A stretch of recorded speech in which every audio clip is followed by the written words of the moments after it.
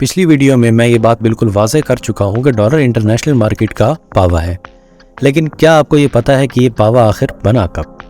बताता हूँ। ये कहानी है 1944 की, जब तकरीबन 44 एलाइड कंट्रीज़ ने मिलकर डॉलर को ब्रेटन वुड्स एग्रीमेंट के ज़रिए ऑफिशियल रिजर्व करेंसी बना दिया। आसान अल्फाज में किसी को इंटरनेशनल दुनिया से कुछ भी लेना हो तो उसे कुछ चमकते हुए डॉलर देने होंगे। अब जाहिर है जिसके पास डॉलर नहीं थे तो उसने तो पहले डॉलर खरीदने थे और फिर उनसे कुछ परचेज करना था। जहां अमेरिका की दूसरी प्रोडक्ट्स बिक रही थी वहीं साथ में डॉलर भी एज अ प्रोडक्ट बिकना शुरू हो गया। इन शॉर्ट, कंट्रीज अपनी अपनी करेंसीज को डॉलर में एक्सचेंज करवा के रख रहे थे ताकि वो ट्रेडिंग कर सके। नौबत यहाँ तक आ गई कि अगर किसी मुल्क को भीख भी चाहिए होती तो वो भी डॉलर में ही मिलती। वो कहावत तो सुनी है ना कि जिसकी लाठी उसकी भैंस। बस यही हुआ। अमेरिकन डॉलर ने मार्केट अच्छे तरीके से कैप्चर कर ली और ना सिर्फ कैप्चर की बल्कि दूसरे कंट्रीज को डॉलर लेने के लिए मजबूर करके उन पर अपनी मर्जी की सैंक्शंस भी लगा दी। अब अमेरिका से पंगा तो कोई ले नहीं सकता था और हालात कुछ ये थे। तू चाहता है कि मैं तेरे यहाँ कुत्ता बनकर रहूं? तू कहे तो भौंकूं, तू कहे तो काटूं, ऐसा ही समझो। ऐसा नहीं है कि किसी ने गुलामी से आज़ादी हासिल करने की कोशिश नहीं की, बल्कि अमेरिका तो इंतजार में था कि कोई उसे आंखें दिखाए और अमेरिका उसको दूसरों के लिए मिसाल बना दे। अब होगा असली क्राइम पेट्रोल छोड़ो। और इस तरह 2002 में वेनेजुएला, 2003 में इराक, 2009 में लीबिया ने तमीज से लाइन में खड़े होकर जूते खाए। लेकिन अब हालात बदल गए हैं। अब अमेरिका बम नहीं फेंकता, बल्कि रहने दें इस बात को। टॉपिक को आगे बढ़ाते हुए मैं ये बताता जाऊं कि अमेरिकन डॉलर पर लानत भेजकर आगे शेयर करने के लिए 5 उंगलियों की तरह 5 कंट्रीज इकट्ठे मिल गए हैं। उनमें ब्राज़ील, रशिया, इंडिया, चाइना और साउथ अफ्रीका शामिल है। इन कंट्रीज को मिलाकर ब्रिक्स भी कहा जाता है। ये कंट्रीज वैसे तो डॉलर के अलावा दूसरी करेंसीज में भी डील कर रहे हैं, जैसे इंडिया और रशिया रूपी रूबल सिस्टम के जरिए ट्रेडिंग कर रहा है और इसी तरह ब्राज़ील चाइनीज करेंसी युआन में भी ट्रेडिंग कर रहा है। लेकिन इस बार कुछ अनोखा होने जा रहा है और ऐसी उम्मीद है कि ये कंट्रीज मिलकर एक कॉमन करेंसी लाने का सोच रहे हैं, जिसकी मदद से इन्हें मजीद डॉलर पर डिपेंड नहीं करना पड़ेगा। ऐसा माना जा रहा है कि इस चीज़ का आइडिया रशिया ने दिया था, क्योंकि रशिया और यूक्रेन की जंग में वेस्टर्न गवर्नमेंट ने रशिया के $300 बिलियन के रिजर्व्स को फ्रीज करके रख दिया और ये तकरीबन रशिया के टोटल रिजर्व्स का आधा बनता है।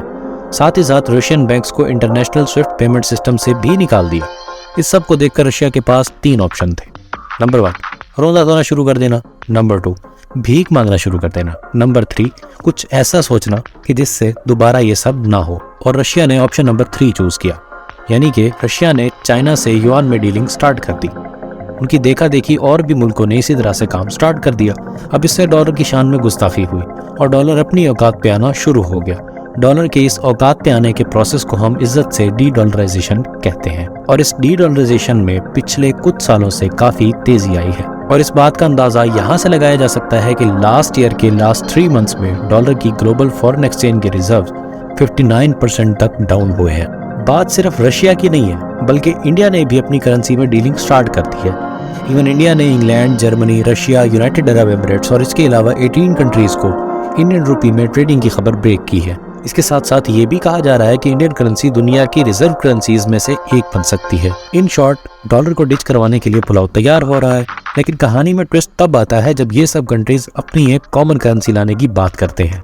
जी हाँ, ब्राज़ील, रशिया, इंडिया, चाइना और साउथ अफ्रीका यानी कि ब्रिक्स, ये सब कंट्रीज अपनी एक कॉमन करेंसी लाने का सोच रहे हैं और ऐसी उम्मीद है कि इस साल जब अगस्त में ये सब कंट्रीज मिलेंगे तो यकीनन कुछ धमाकेदार जरूर करेंगे।